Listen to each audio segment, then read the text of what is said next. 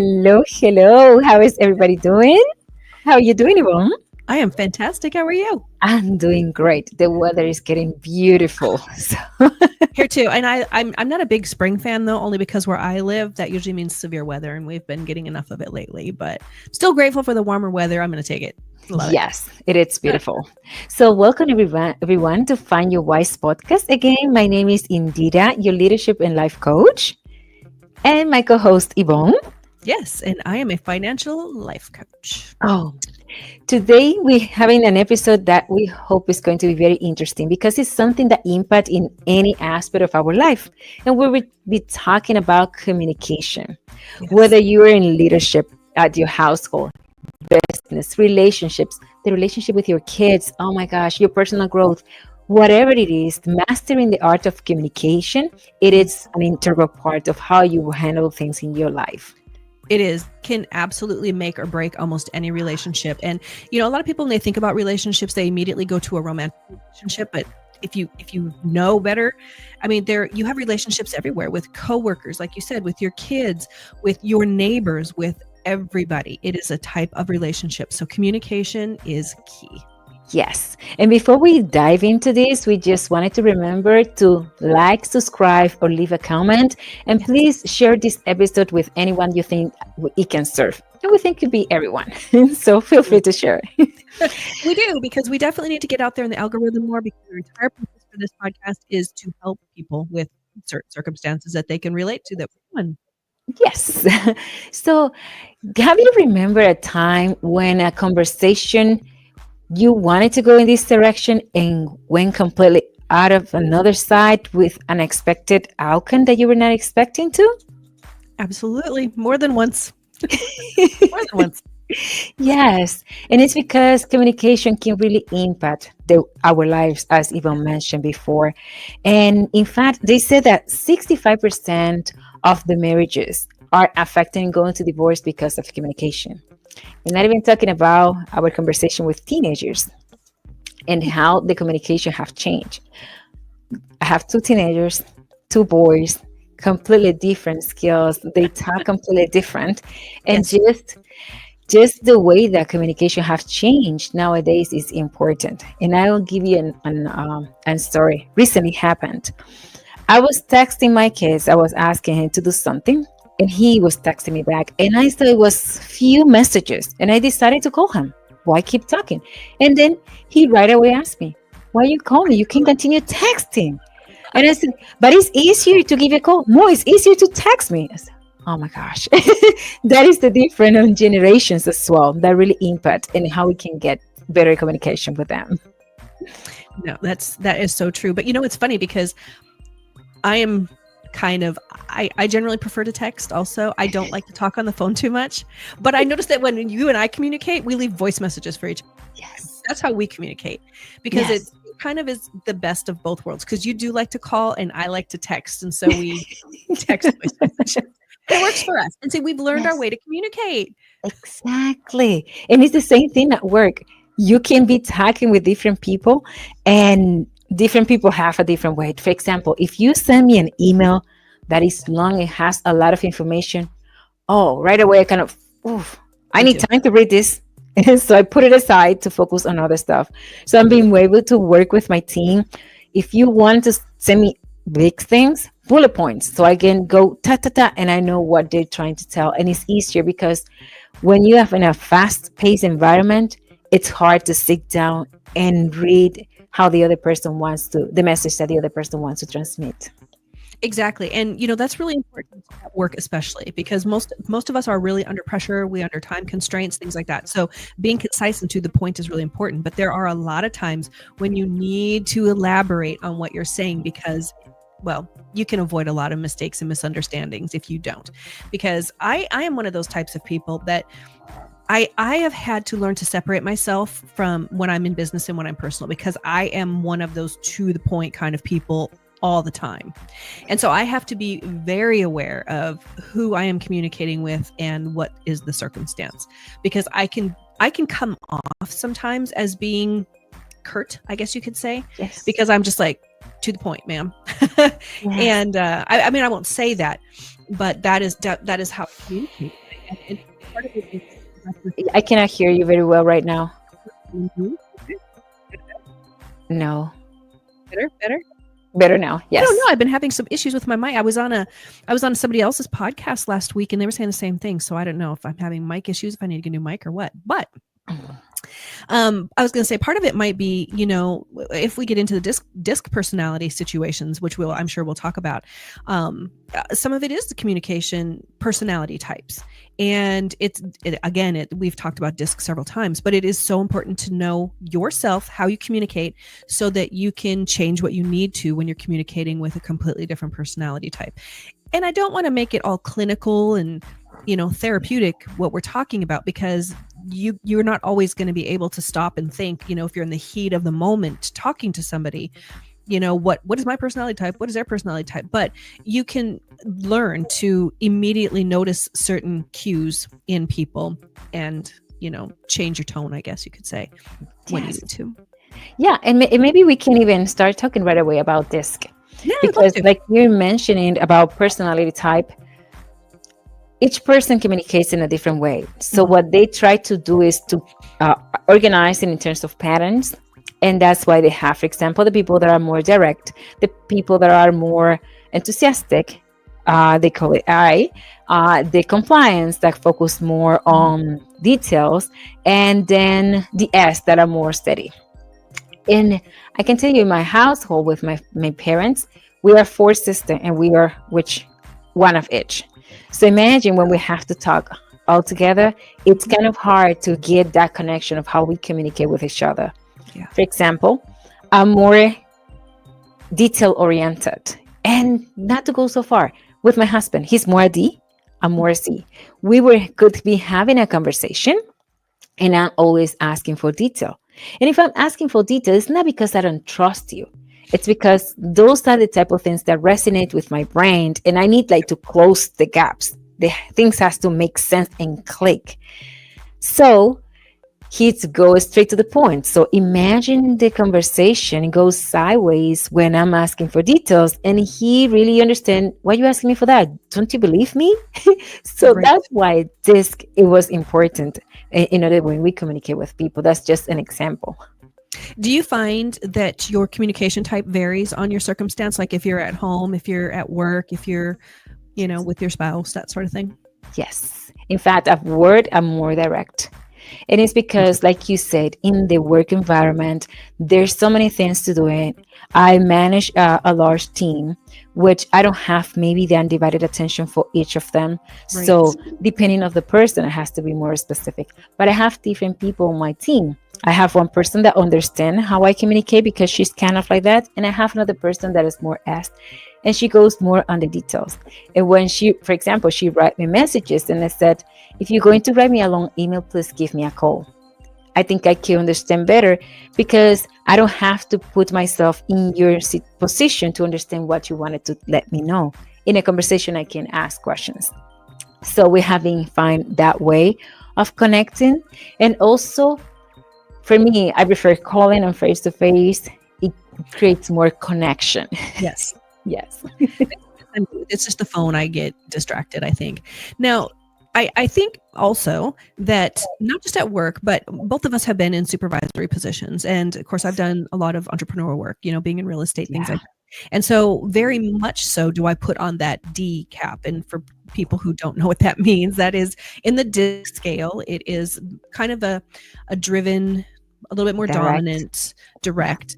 And I'm definitely that way when it comes to business. So when you are in D mode, do you ever, when say an S or sometimes even a C comes to you with those issues, are you in your head going, hurry up, just get to the point, just go? Being brutally honest, yes, it happens, especially if I'm in a rush. Yes. So, oh my gosh.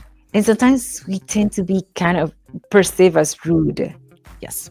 Because I remember in some occasions that I asked the person, but what exactly are you trying? You can tell me. I understood what you're telling me, but I don't need the details. I don't need all that, all the drama. Can you go direct to the point? I think people don't take it as, and maybe you're not telling me because it's because you wanted to cut out the chases and go specific to the point. So yes, you can tend to be received as rude sometimes. So yeah, sometimes I feel like I wanted to rush the conversation. But that is a whole other point of communication, because a lot of people, when they start thinking about communication, they're like, this is how I talk, this is how I communicate. But the other half of communication is how you listen. Not just hearing the words, but how you listen. And that is so important in all relationships. Again, we get so caught up in thinking about how we're going to be perceived by somebody else that we forget to even listen to what they're saying. Yes. And it's not just important in personal relationships. Well, because work relationships are also very personal. If you're working with a team, even if you're management or even part of a team, think of the time that you spend with somebody at work. Yes. Those are personal relationships, whether we want to admit it or not. Now, you might not be hanging out after work or anything, but for those 8 to 10, 12 hours that you're together, it's very personal time. Yes. So it is just as important to be able to learn each other's communication styles, pick up on each other's cues. It goes so deep. And I mean, we could do a therapy session here, except we're not therapists, but communication is that big. I know you were talking about, marriages and how, what'd you say, 40 to 60% is communication. 20 to 40% of that, they said 65%. They said because of issues with communication. If it's not, it's where things started in most cases. Well, and 20 to 40% of that is lack of communication around finances. Oh, interesting. So it can get that specific. I mean, so it can get very detailed into subjects that you're not communicating about. You think about all the different styles of communicating. If you're dating, if you're married, with your kids, at work, and then even within each of those relationships, certain issues that are so hard to talk about. I'd like that you mentioned, now that you mentioned that, I recall, for example, the different dynamics that I have with my kids. One of my kids, he talks, he's more talkative. And my other one, when we're having conversation at the dinner table, imagine this. One of them is talking, the other one wants to talk, but it's not allowed to talk. And then when he said, hey guys, but you don't let me talk. So we shut up. We let him talk, but then even when he continues talking, because he waits for all the time, but now because he's taking too much time, we start talking on top of him. So right away he changes his face. So it's like the cue, because there's people that are more listener than some other more active speaking. So definitely being active listeners, it gives you that sense of not just giving your topic, but also to understand what the other person wants to tell you, because it's not just what they say. They said that there's the rule, 7% is what the words that you used. 35, I think it's 35%. I think it's 38% is the tone of your voice, and 55% is your body language. So you have to be active listening and pay attention to all that to really understand what the person wants to transmit to you. That's why I get so frustrated when you're talking to somebody and they're like looking at their phone. Oh, I hear you. Yeah. But you don't know what I'm saying, because look at me. 5%. It's just words. Yes. Yep. Yeah. So, there's a lot of people, like you're talking about one of your sons, who doesn't actively talk a lot. Mm-hmm. And there are a lot of people that are like that. And there are so many reasons why. Have you ever asked him why he doesn't just say what's on his mind all the time? He speaks, but he has to be in the right environment. For example, so he has to feel safe. Yes, I would say, or at the right moment. I could be in my room, and for example, today we try another church, and I was in my room, and he went over there. He sat down and said, and he started to tell me what he thought about it. So he needs to feel like in a proper space. And also, now that you mentioned that, he sends the energy. If you're in the right energy, for example, if I arrive from work and he's the one that right away, are you good? If he sees me that I'm out of tone, are you good? He asks me right away. So he senses a lot the environment, how things are before he communicates. He has to feel safe. There are a lot of reasons why people don't speak up. And I know situation is a big one, but I think that there's a lot of people that even from childhood, and I'm not saying this is offensive, don't be, Yeah. which I mean, you and I talk all the time, and you know I don't think that, Yes. but something that can go back as far as childhood is that fear of confrontation. Oh yeah. So, depending on how you were raised and the household that you were raised in, you might be afraid to say anything because somebody's going to confront you. And when you, especially now in our society that we have now, it's so polarized that I can see where a lot of people don't say what they feel anymore because they're afraid they're going to get attacked or confronted or, forced to and demanded to explain themselves more. And that can be really scary for a lot of people. And that again is where, Yeah. all sorts of communication come into play with listening and Yes. And now you mentioned, for example, when we're having communication, it's so important for me, especially, for example, my energy level. I have to be, maybe it's timing at the right time, having that conversation. Not all conversation can have at the same time in the same environment or with your same energy level. Because, for example, have you been in a conversation that after you have it, you feel like you were drained? Oh yeah, Yes. absolutely. So those type of conversations, I think you have to be in the right state of mind to have those conversations in the right environment. I think we mentioned that at the beginning of our podcast, how important it is to have that awareness that when you're going to have those, the podcast was about difficult conversations. When we're going to have those difficult conversations, to be in the right state of mind and you have a good energy level as well. Well, and if you want a good outcome for whatever conversation you're going to have and how you're going to communicate, you definitely need to be in the right frame of mind. I mean, you need to go in it with an attitude of, I want to be clear. And something that I think so many people forget about when they're communicating is to be kind. It's not just about making a point, but be kind when you're doing it. What you're working for, what you should be working for when communicating with somebody is actually working on an understanding, working on communication, on a connection, on trying to understand each other, because otherwise it's just a debate or a fight. That is not communication. Love that. And it's too many people go in, I think, wanting to make a point and be right. I love that. John Maxwell used it in the everyone's communicate if you connect. Yes. They love common ground. Because when you and that's where I learned about the energy at your energy level. But he also have one. It's to find common ground. Yes. And yes. I learned that in negotiation when I started working in purchasing. I was just going to say that in real estate negotiations, that's where I learned it really well too. But I didn't thought about applying it in my life because we think about the work environment. And when I read the book, I said, hey, I used that technique before. Why I don't find that I don't use those techniques when I have in my regular conversation, especially when you're trying to find resolution of a conflict, especially. There's a lot with couples, finances. It's such a big fight. And you have to make sure that you set the tone, especially as a coach. And I'm sure you would do this if you're dealing with multiple leaders who have different ideas of how things should go. And that is really what you say matters, because you don't want to come out of the gate and be accusatory for one. Yes. If you really are trying to work on finding common ground and, working on getting to a conclusion, the worst thing you can do is accuse.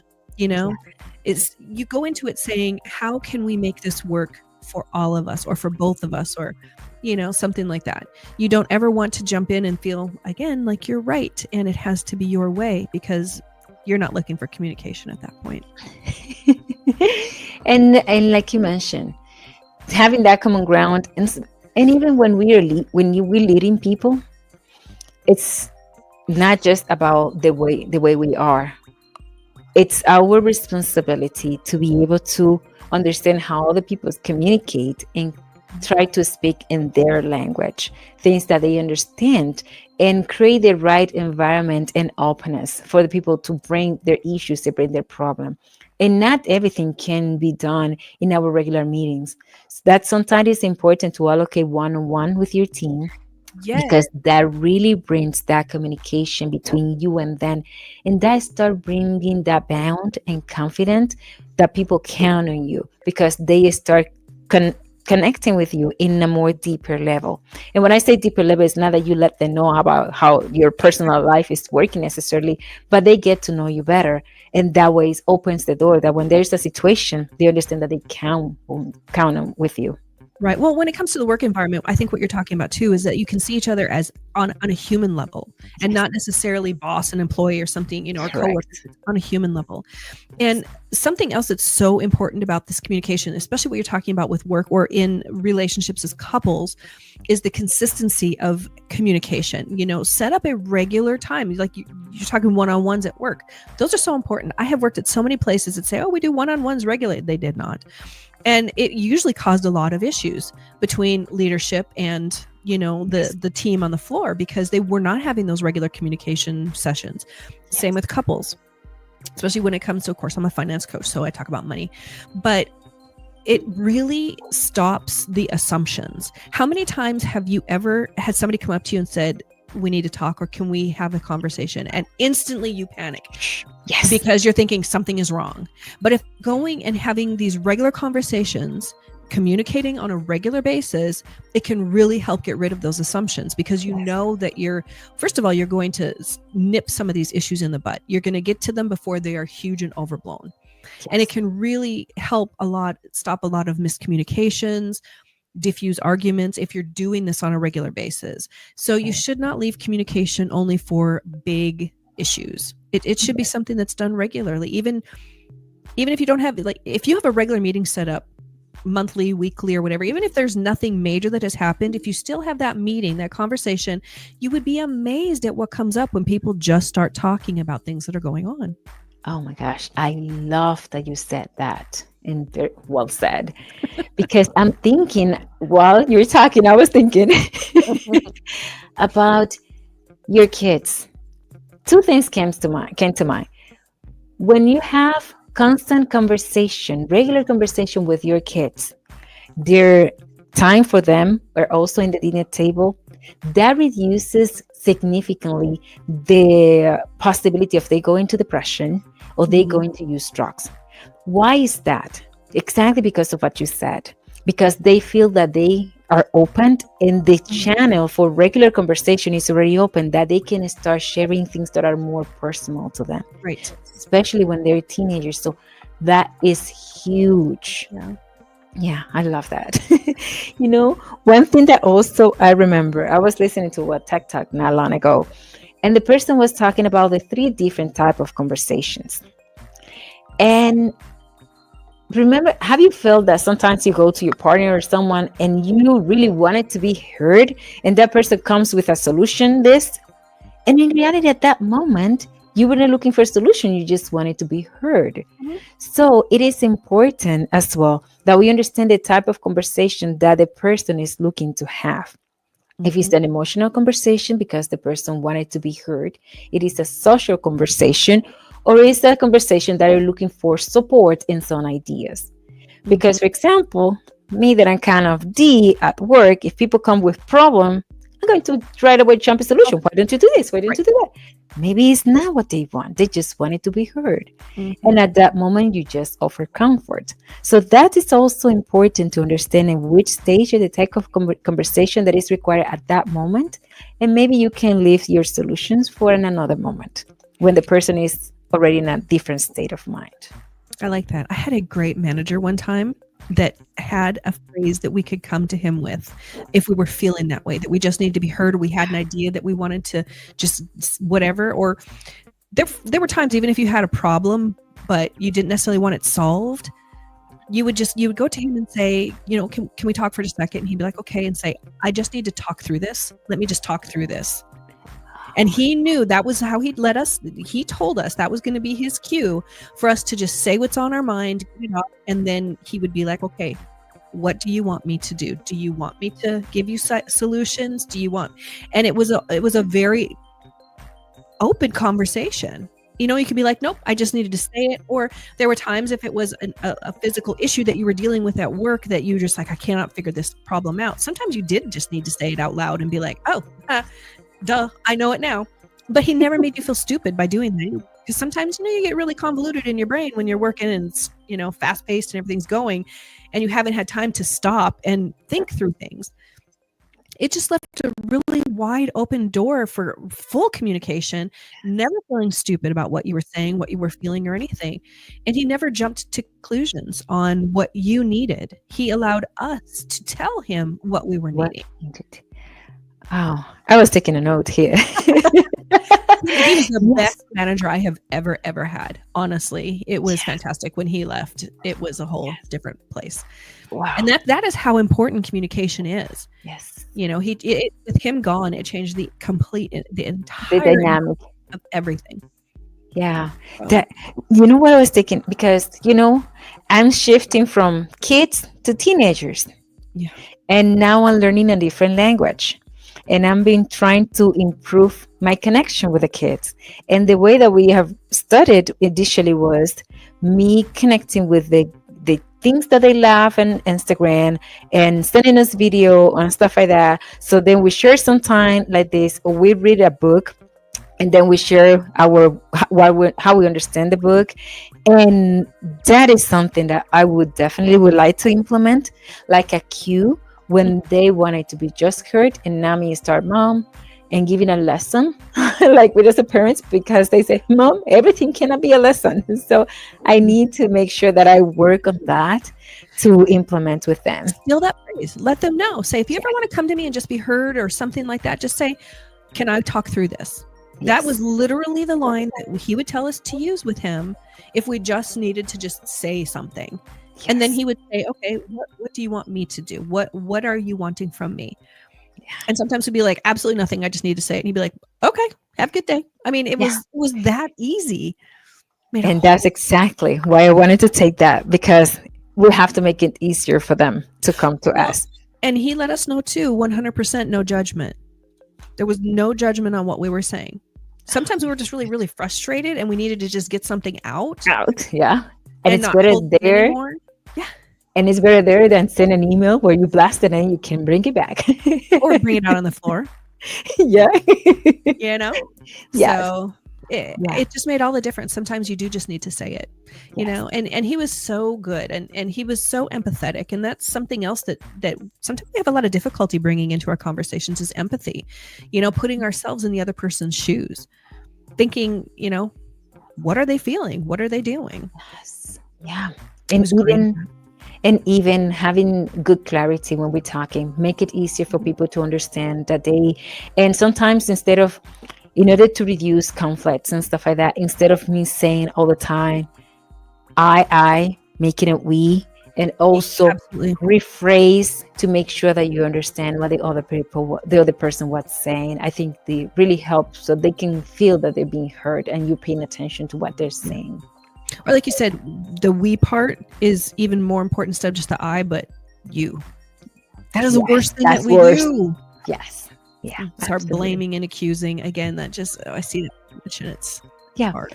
I think this is going to be an episode that is going to help a lot of people, because in our day-to-day life, communication is so important in every aspect. I think we don't even realize how much we communicate on a daily basis. Yes. With strangers, with people we know, with everything. And we can make a difference and we can just ask the question, are people after talking to me feeling better or feeling worse? And that's a cue that we can use to measure the way we're communicating. And we can have that self-awareness. There's words, for example, that we use that are very probably demanding, or people can feel us arrogant. And that way we can start change. And maybe sometimes it's something that you just have to let that person know, hey, for example, when I'm talking with engineering department and they doing time studies and stuff like that to organize how many people I need in the team. And I go back, I say, can you show me the numbers?